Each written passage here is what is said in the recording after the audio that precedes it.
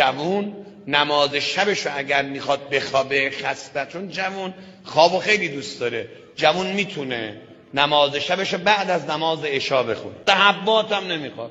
دونید نماز شبا میشه 10 دقیقه بخونی. متاسفانه مقدسای ما کارو سخت کردن. کار وقتی دست مقدسا بیفته بیچاره میشیم. بعضی از مقدسا متاسفانه خیلی سخت گرفتن. ولی نماز شب جوونا 10 دقیقه نی 10 دقیقه. نه قنوت داره، نه سوره داره، نه ذکر اضافه داره، تشهدش یه دونه سلام کافی، نه اذان میخواد نه اقامه میخواد. الله اکبر، بسم الله الرحمن الرحیم تا وللضالین. عشقت کشید سوره هم بخون، نه کشید التماس صبر رکوع سبحان ربی العظیم و بحمده سبحان الله. 10 دقیقه.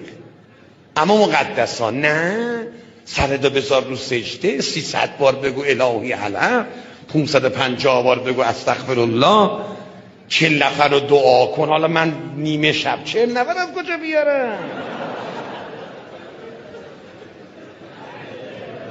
آینه جوانایی که دلشون میخواد نماز شب بخونن 12 شب به مدت 10 دقیقه، 12 تا 12 و 10 دقیقه.